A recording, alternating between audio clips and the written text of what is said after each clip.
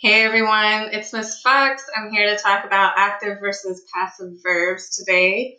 It's on a Google Slides presentation, self-defense stock photo theme to keep it interesting, I guess. So active verbs are when the subject of the sentence performs the action, right? Reporters write. Passive verbs, on the other hand, are when the action is done to the subject of the sentence. So news reports would be the subject and are written is the verb. So being written is being done to the news reports, right? And it's definitely more wordy, more convoluted. Maybe there's some times you would want to tactically use passive voice, but usually in writing we advocate active voice.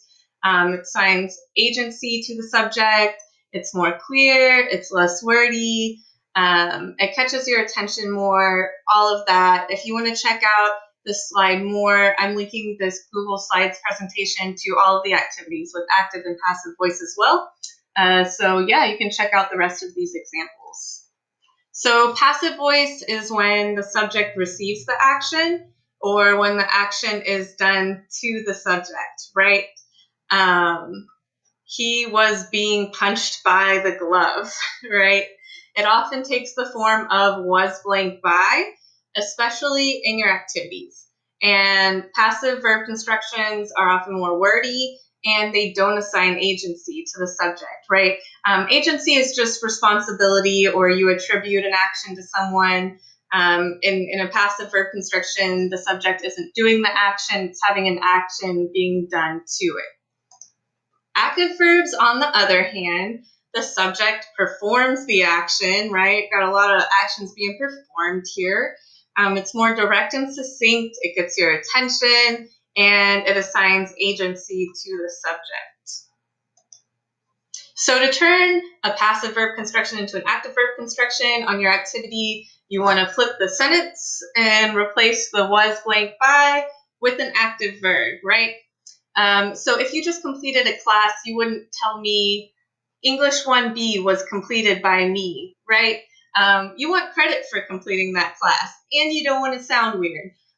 So you would say something like, I completed the class, right?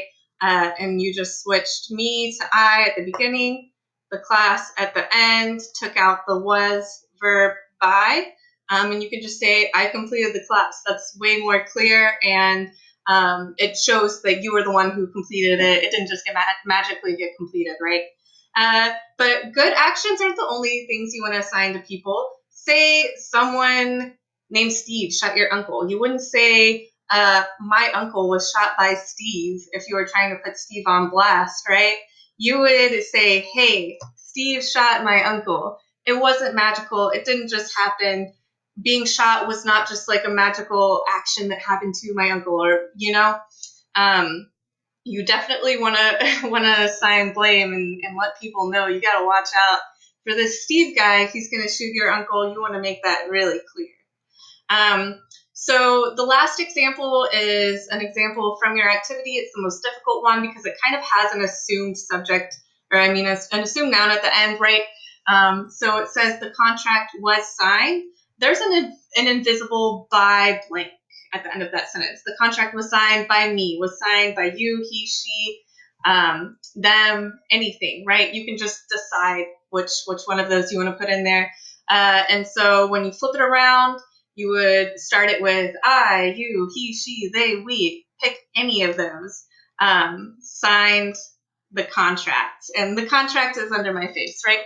But yeah, for this one, the noun is just assumed. And you can just pick which pronoun you want to put at the beginning and change it into that pronoun, sign the contract. I hope this helps on your activities. Definitely let me know if you have any more questions, and check out these slides on Google Classroom. Thanks, y'all.